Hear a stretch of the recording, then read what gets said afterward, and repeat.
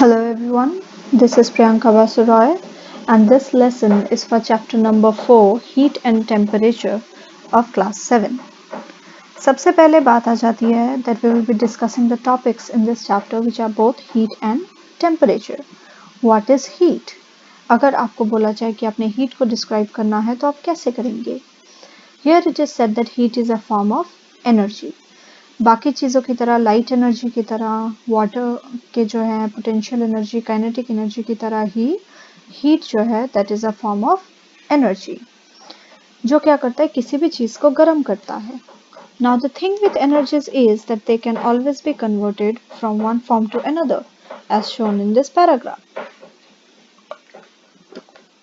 जब भी कोई चीज़ गर्म होती है वो हीट जनरेट करके आगे किसी में ट्रांसफ़र की जा सकती है, हीट को दूसरे एनर्जी में कन्वर्ट किया जा सकता है एंड आगे दूसरी एनर्जीज को भी हीट में कन्वर्ट किया जा सकता है.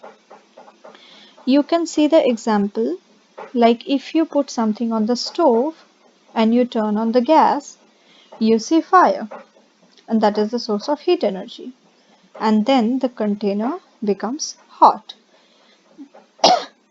On one hand, अगर कोई भी चीज़ हीट एनर्जी गेन करती है तो वो गर्म हो जाती है, जबकि अगर कोई चीज़ हीट एनर्जी लूज करती है तो वो ठंडी हो जाती है. Here are some examples given of transformation of heat energy. The first example is a thermal power station. Thermal power station में heat energy को electrical energy में convert किया जाता है. The second is a steam engine.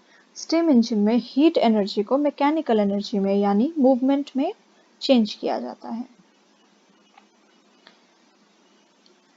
Here you can see during the working of a geyser or a heater, electrical energy gets transformed into heat energy.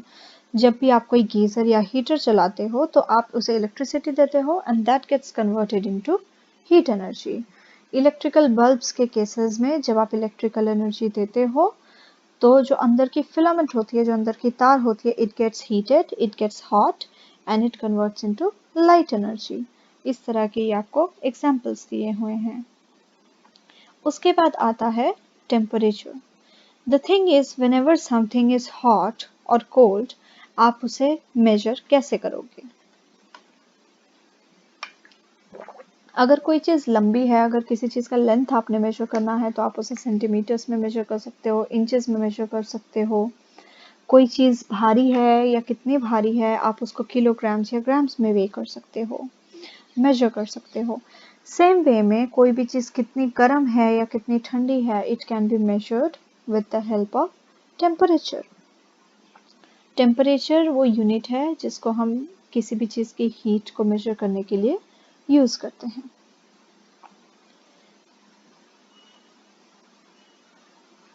यहाँ पे एक आपको activity दिखाई हुई है and in that it is shown that we have 3 bowls of water. On one bowl we have ice cold water, on the other one we have hot water and in the third bowl we have lukewarm water यानी कि जो कोसा पानी है. अगर आप अलग अलग बाउल्स में अपने हाथ डालोगे you can feel the change in temperature. Your hand can feel whether the water is cold, whether the water is hot या फिर वो water lukewarm है. तो इसी हिसाब से whenever we feel things, whenever we touch things, हम काफ़ी हद तक पता लगा सकते हैं कि इसका टेम्परेचर क्या है. अब आगे when we measure there is a degree of hotness of a body. अगर कोई चीज़ गर्म है तो वो कितनी गर्म है. कोई चीज़ें कुछ ज़्यादा गर्म होती हैं, कोई चीज़ें कुछ कम गर्म होती हैं.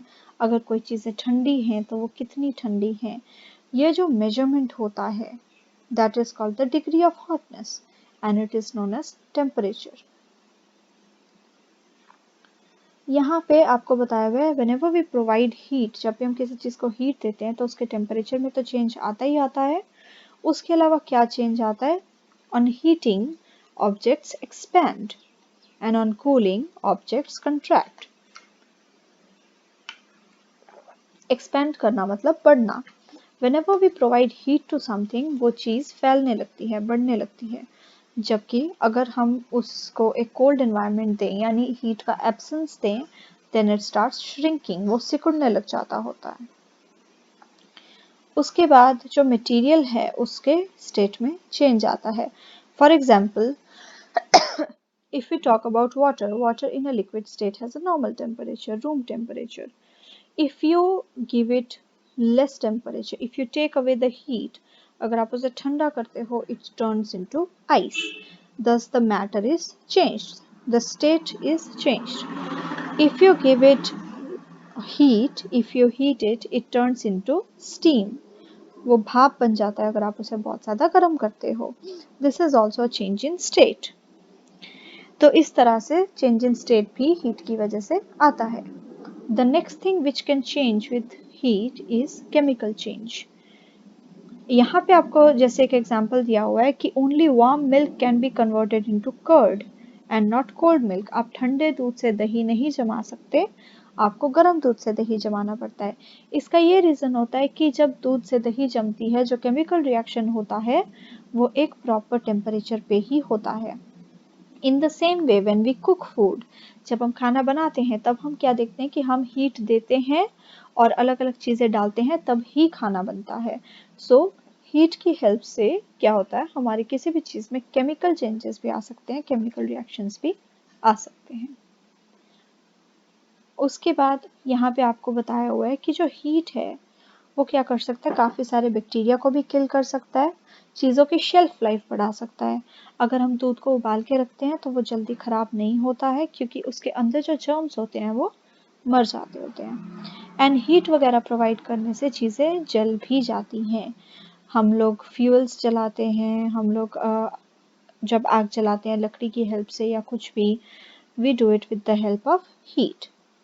जो डिवाइस हमारी हीट को मेजर करने के लिए यूज़ होता है that is known as a thermometer. Thermometer एक ऐसा सब्सटेंस होता है जिससे हम टेम्परेचर माप सकते हैं किसी भी चीज़ का.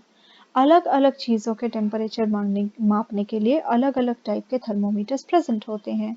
ह्यूमंस का टेम्परेचर अगर मापना हो उसके लिए अलग टाइप का थर्मोमीटर होता है. अगर किसी और चीज़ का हम टेम्परेचर मेजर करना हो उसके लिए कोई और थर्मोमीटर होता है. और थर्मोमीटर के ऊपर अगर आप ये लाइंस देख सकते हो, देयर इज़ अ स्केल, कि आप जब टेम्परेचर को मेजर कर रहे हो तो आप किस फॉर्म में कर रहे हो. इसका एक रीज़न ये होता है कि let's say you major wait. अगर आप किसी चीज़ का वेट मेजर कर रहे हो तो आप उसका किलोग्राम में भी कर सकते हो, ग्राम में भी कर सकते हो, आप उसका टन में भी कर सकते हो. बहुत सारे हमारे पास तरीके होते हैं, हमारे पास स्केल्स होते हैं. सेम वे में टेम्परेचर को मेजर करने के लिए भी अलग अलग स्केल्स होते हैं. और जो सबसे कॉमन स्केल होता है that is used as the Celsius scale. Celsius scale की रीडिंग को डिग्री सेल्सियस भी लिखा जाता है, जिसमें ऊपर एक छोटा सा सर्कल लगाया जाता है which is for degree and a capital C is written which is for Celsius. Celsius scale के हिसाब से पानी का जो फ्रीजिंग पॉइंट होता है that is 0 degree Celsius and पानी जिस पॉइंट पे उबलता है दैट इज 100 डिग्री सेल्सियस. यहाँ पे एक नॉर्मल आपको दिखाया हुआ है थर्मोमीटर एंड उसके नीचे आपको एक डिजिटल थर्मोमीटर दिखाया हुआ है जो ग्रीन कलर का है. उसके बाद आगे द टाइप्स ऑफ थर्मोमीटर्स. सबसे पहले आपका लैबोरेटरी थर्मोमीटर. ये लैब्स में यूज़ होता है. It is made of glass. It is made of a very thin tube of glass जिसके आसपास मोटी सी ग्लास वॉल्स होती हैं. जो अपर एंड है यानी ये जो सिल्वर कलर का पार्ट आपको दिख रहा है थर्मोमीटर में that is closed after evacuation. ठीक है, एक साइड से उसे बंद कर दिया जाता है, दूसरी साइड से उसे यूज़ किया जाता है बल्ब शेप में चीज़ों में डालने के लिए ताकि आप मेजर कर सको. You may have seen this thermometer. जब आपका टेम्परेचर चेक कर रहे होते हैं उस टाइम इसे आप मुंह में डालते हो या आप अपनी आर्मपिट के अंदर लेते हो बॉडी में एंड ये आपके टेम्परेचर को मेजर करता है. जनरली इसका जो टेम्परेचर होता है वो मेजर करने का रेंज होता है -10 degree Celsius to 110 degree Celsius. और ये जो छोटे छोटे मार्क्स होते हैं इसमें जो आपको ब्राउन कलर के दिखाए हुए हैं ये इसके कैलिब्रेशंस होते हैं. Please read about the precautions. जब हम लेबोरेटरी थर्मोमीटर यूज़ करते हैं तो क्या क्या प्रिकॉशंस करने होते हैं उसके बारे में आप रीड करिए और बाकी सारा आप रीड करिए and then you can solve the exercises up to which I have already taught you. जितना मैंने आपको पढ़ा दिया इस लेसन में उस तक आप इसके exercises solve कर सकते हैं. The rest will be in the next class. Thank you.